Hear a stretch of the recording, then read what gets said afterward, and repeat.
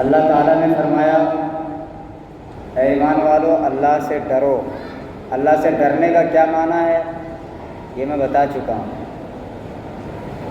وَلْتَنظُرْ نَفْسٌ مَا قَدَّمَتْ لِغَدٍ، اور تم غور کرو کہ آنے والے دن کے لیے تم نے کیا بھیجا ہے۔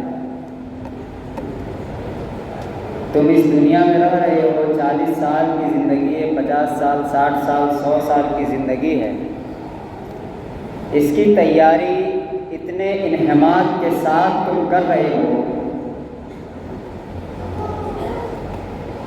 کہ 50 سال کی زندگی ہے، 100 سال کی زندگی ہے، 60-70 سال کی زندگی ہے، تو اس کے لیے تم اتنی محنتیں کر رہے ہو، گھر چھوڑنا پڑے اور باہر ملک میں کام کرنا پڑے، تم کرنے کو تیار ہو۔ کسی کی غلامی کرنی پڑے اس کے لیے بھی تیار ہو، مزدور بن کر کے زندگی گزارنی پڑے تم اس کے لیے بھی تیار ہو۔ اپنا مستقبل بنانے کے لیے، اپنا فیوچر بنانے کے لیے تم ہر ممکن کوشش کر رہے ہو کہ آنے والا وقت ہمارا بہتر ہو سکے، آنے والے وقت میں ہم اطمینان کے ساتھ رہ سکے، ہماری زندگی صحیح کٹ سکے۔ اس لیے تم باہر جاتے ہو کمانے کے لیے اور وہاں سے پیسے گھر بھیجتے تاکہ یہاں تمہارے لیے مکان تیار کرایا جا سکے، یہاں تمہاری آسائش کی چیزیں موجود ہیں۔ تو جہاں تم نے 50 سال 100 سال رہنا ہے وہاں کی اتنی تیاری کر رہے ہو، تو جہاں جانا ہے اور ہمیشہ رہنا ہے، مرنا بھی نہیں ہے، کتنے سال کی وہ زندگی ہے یہ پتہ بھی نہیں ہے کسی کو، اس دن کی تم نے کیا تیاری کر رکھی ہے؟ اس دن کے بارے میں تمہارا کیا خیال ہے؟ کیا سوچ رکھا تم؟ کیا کچھ بھیجا اس دن کے لیے؟ جہاں تم 50 سال 40 سال رہ رہے ہو وہاں کی تمہارے پاس ہر چیز کی تیاری ہے، بینک میں تم نے پیسے بھی محفوظ کر کے رکھے ہیں، LIC میں تمہارے پیسے محفوظ ہیں، اکاؤنٹ میں تمہارے لاکھوں روپے پڑے ہوئے ہیں، گھر عالیشان ہے تمہارا، آسائش کی ساری چیزیں موجود ہے، فرنیچر موجود ہے، اچھا پلنگ موجود ہے، فلٹر کیا ہوا پانی آ رہا ہے، ساری چیزیں تم نے کر رکھی ہے یہ 50 سال 60 سال کی زندگی کے لیے کہ اچانک ناگہانی کبھی کوئی صورتحال پیدا ہو جائے تو اتنا پیسہ تم نے اکٹھا کر رکھا ہے کہ اس مصیبت سے تم لڑ بھی سکتے ہو۔ تو اتنی مختصر سی زندگی کے لیے جب تم اتنا کچھ کر رہے ہو تو جہاں تمہیں ہمیشہ رہنا ہے اس زندگی کے لیے تم نے کیا کچھ کیا ہے، وہاں کی کیا تیاری کر رکھی ہے؟ 50 سال کی اتنی تیاری تو قیامت کا ایک دن 50,000 سال کے برابر ہوگا، ایک دن 50,000 سال کے برابر۔ وہ پوری زندگی کتنے دن کی ہے کسی کو نہیں پتہ، زندہ رہنا ہے۔ تو اب اگر وہاں کی زندگی خراب ہو گئی تو پھر سوچیں ہمارا کیا بنے گا۔ یاد رکھیے گا مسافر جب سفر پہ نکلتا ہے، پردیسی ہو جاتا ہے، اجنبی ہو جاتا ہے، گھر سے باہر جاتا ہے کمانے کے لیے، کوئی سعودی میں ہے، کوئی بمبئی میں ہے، کوئی کلکتہ میں، کوئی بنگلورو میں، مختلف جگہوں پر لوگ جاتے ہیں کمانے کے لیے، مختلف ملکوں میں جاتے ہیں لوگ کمانے کے لیے۔ تو جہاں کمانے کے لیے جاتے ہیں آپ دیکھیں گے وہاں پہ انسان بنگلہ نہیں بناتا، وہاں اپنے لیے گھر نہیں بناتا، وہاں کوٹھی نہیں بناتا، وہاں مکان نہیں بناتا، وہاں VIP گاڑی نہیں لیتا ہے، بلکہ کماتا سعودی میں اور بھیجتا یہاں جے نگر میں، اور یہ کہتا ہے کہ میں وہاں گھر بناؤں گا، کہاں؟ جے نگر میں، گاڑی لوں گا کہاں؟ جے نگر میں، گھر بنے گا کہاں؟ جے نگر میں، آسائش کی ساری چیزیں میں مہیا کراؤں گا کہاں؟ جے نگر میں۔ بھائی سعودی میں کیوں نہیں کر لیتے؟ سعودی میں آپ کما رہے ہیں، وہاں رہ رہے ہیں، تو وہاں پہ بنانا چاہیے تھا، کوٹھی بناتے وہاں، مکان بناتے وہاں، بنگلو بناتے وہاں پہ، گاڑیاں وہاں پہ لیتے۔ تو جواب ایک ہی سننے میں آئے گا، جواب یہ ہوگا کہ صاحب یہاں کمانے کے لیے آئے، کچھ دن کا مہمان ہے پھر لوٹ کر کے گھر جانا ہے۔ تو جہاں چند دن کا مہمان ہے یہاں کرائے میں بھی رہ لیں گے، لیکن جہاں برابر ہم کو رہنا ہے وہاں کے بارے میں سوچنا ہے۔ تو جب اتنی موٹی بات آپ کو سمجھ میں آ جا رہی ہے تو پھر یہ کیوں نہیں سمجھ میں آتی کہ یہاں بھی ہم دنیا میں آئے ہیں کمانے کے لیے، امتحان دینے کے لیے، یہاں رہنا نہیں ہے۔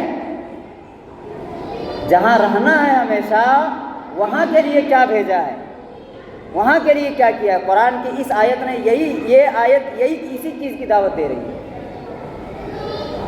کہ تم وہاں سے کما کر کے یہاں کے لیے بھیج رہے ہو تاکہ یہاں کی زندگی تمہاری محفوظ رہے۔ کیوں؟ اس لیے کہ تم وہاں کمانے کے لیے گئے ہو، وہاں بھاڑے کے روم میں بھی تم رہ سکتے ہو، کرایہ دے کر بھی رہ سکتے ہو، وہاں تم بنگلہ یا کوٹھیاں نہیں بنا رہے ہو، جہاں تمہارا اپنا ذاتی مکان ہے وہاں پہ تم ساری چیزیں مہیا کراتے ہو، لیکن جہاں کے لیے تم اجنبی ہو، پردیسی ہو، وہاں کے لیے تم نہیں کرتے۔ تو بلا شبہ یہ دنیا بھی اسی طریقے سے ہمارے لیے جائے امتحان ہے، اور ہم یہاں مسافر کی طرح ہے۔ نبی کریم صلی اللہ علیہ وسلم نے فرمایا نا، یہ دنیا کیا ہے؟ یہ لوگ جو یہاں پہ سفر پہ جو نکلے ہوئے ہیں، یہ کیا ہے؟ لوگ یہاں پہ اجنبی کی طرح، مسافر کی طرح، حدیث پاک ہے، یہاں پہ لوگ اجنبی کی طرح، مسافر کی طرح ہے، راستے پہ نکلے ہوئے ہیں، اور یہ جا رہے ہیں کسی طرف۔ کہاں جانا ہے ان کو جانا آخرت کی طرف۔ یاد رکھیے گا، جب جانا بمبئی ہو تو گاڑی بھی ہمیں بمبئی کی لینی پڑے گی، کلکتہ کی لے لی تو مشکلیں بڑھ جائیں گی۔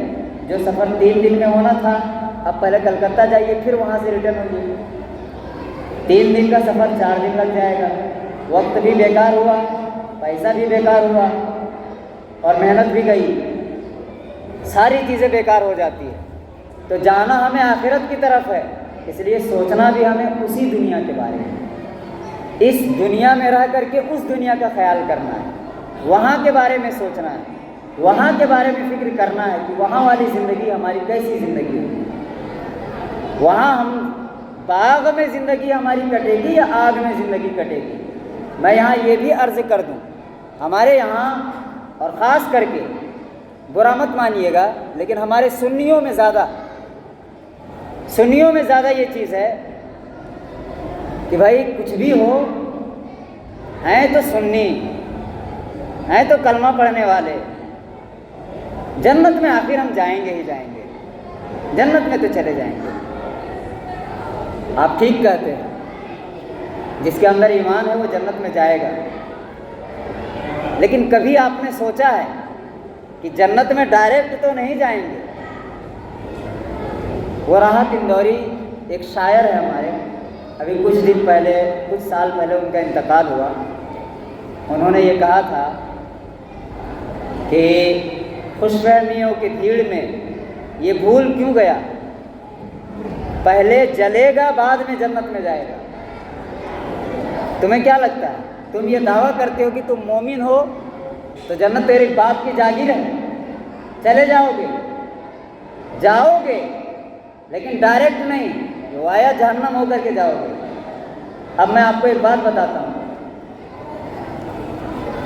اگر کسی کو ایک دن آگ میں اگر دنیا میں کہہ دیا جائے کہ تمہیں ایک دن نہیں بلکہ 1 گھنٹہ آگ میں تمہیں چھوڑ دیا جائے گا، مجھے بتائیں کوئی برداشت کر پائے گا اس پر؟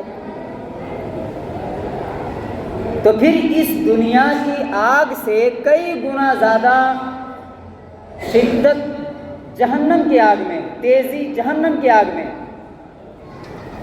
ہماری بساط یہ ہے کہ ہم ماچس کو جلائیں نا اور تلی ہاتھ میں لیے رہیں، اور جلتے رہو، یہاں تک پہنچ گئی نا تو اچانک ہاتھ میں یوں لگتا ہے جیسے جھٹکا لگ گیا ہے۔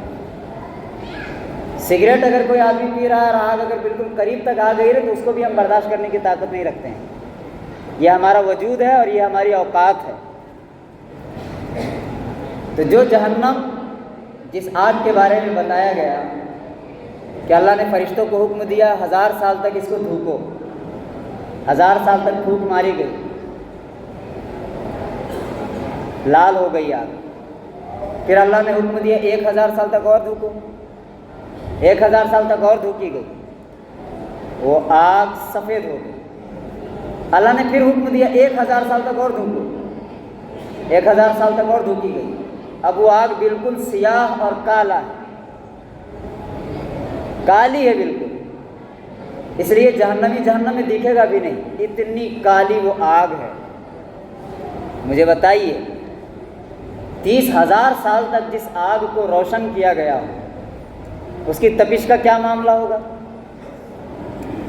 نبی کریم صلی اللہ علیہ وسلم نے فرمایا اگر سوئی کا جو ایک ناکا ہوتا ہے جہاں پہ دھاگا پاس کرتے ہیں نا، سوئی کا جو سوراخ ہوتا ہے، آقا صلی اللہ علیہ وسلم نے فرمایا اگر اس مقدار میں بھی اس آگ کو دنیا میں چھوڑ دیا جائے، کھول دیا جائے، تو دنیا اس کی تپش کو بھی برداشت نہیں کر پائے گی اور دنیا جل کر کے ختم ہو جائے گی۔ سوئی کے ناکے کے برابر اگر جہنم کی آگ دنیا میں چھوڑ دی جائے تو پوری دنیا جل جائے گی، خاک ہو جائے گی، جل کر۔ اتنی شدت ہے اس آگ کے اندر، اتنی حرارت اور اتنی تیزی ہے اس آگ کے اندر۔ تو سوال یہ پیدا ہوتا ہے کہ اس سے بچنے کا سامان ہم نے کیا کیا ہے، کیا تیاری ہے ہماری؟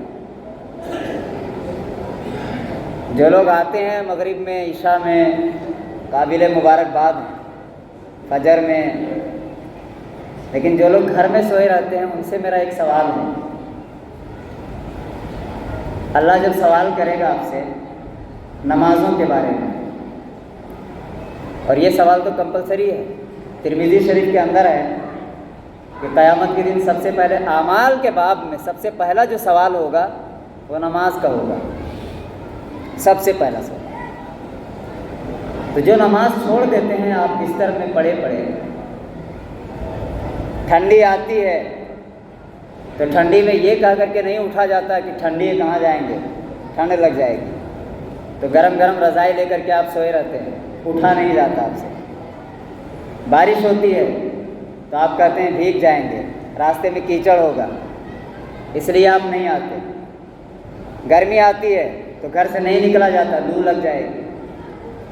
یہ 3 ہی موسم ہیں صاحب، اور 3 موسم میں 3 بہانے آپ نے پیش کر دیے۔ کیا اللہ کے سامنے یہ بہانہ چل جائے گا؟ اللہ جب پوچھے گا نماز کیوں نہیں پڑھتے تھے تو آپ کہہ دیں گے اللہ ٹھنڈی بہت تھی اس لیے بستر سے نہیں اٹھا جاتا تھا، اللہ گرمی بہت لگتی تھی اس لیے گھر سے باہر نہیں نکلا جاتا تھا، دھوپ بڑی رہتی تھی۔ اچھا پوچھا کہاں جائے گا؟ پوچھا وہاں جائے گا جہاں بندہ کھڑا ہوگا نا تو دنیا کی گرمی بھول جائے گا، اپنی اوقات یاد آ جائے گی۔ اس لیے کہ پوچھا وہاں جائے گا میدان محشر میں، اور میدان محشر کا معاملہ کیا ہے صاحب؟ میدان محشر کا معاملہ یہ ہے کہ سورج 1.25 نیزے پر ہوگا۔ آج سورج کتنی دوری پر ہے پتہ آپ کو؟ 14 کروڑ 95 لاکھ کلومیٹر ہم سے دوری پر ہے، یاد رکھیے گا، 14 کروڑ 95 لاکھ کلومیٹر، کچھ کم و بیش 14 کروڑ 95 لاکھ کلومیٹر دور ہم سے سورج ہے، اور سورج کی پیٹھ ہماری طرف ہے، سورج کا چہرہ ہماری طرف نہیں ہے۔ لیکن دیکھ رہے ہیں نا گرمی میں کیا ہو رہا ہے؟ 12 بجے اگر کوئی کہہ دے کہ چلیے کام پڑ گئے تلیا چلنا ہے تو پیر ڈگمگانے لگتے ہیں، اتنی دھوپ میں کیسے جائیں گے؟ اب یہاں قریب 15 کروڑ میل دور پر ہے سورج، تو یہ عالم ہے، اور وہاں 1.25 نیزے پر ہوگا سر کے سامنے، اور سورج کی پیٹھ نہیں، سورج کا چہرہ ہماری طرف ہوگا، اور زمین آج مٹی کی ہے، وہاں زمین تانبے کی ہوگی۔